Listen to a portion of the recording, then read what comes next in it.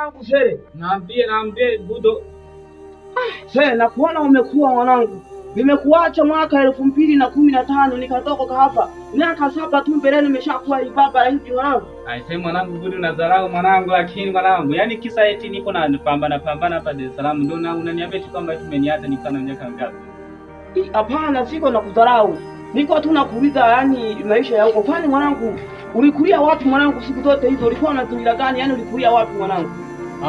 Mimi bana nilikulia Tabora.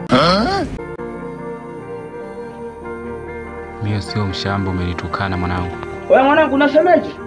Nasemaje? Nilikulia Tabora. Sasa sikiliza nikwambie. Mimi baba yangu sasa na mama yangu mjomba pamoja na shemeji na mimi mwenyewe nikiwemo tulikulia Kigoma. Fanyaje? Mlinilia Kigoma na tulikulia Kigoma.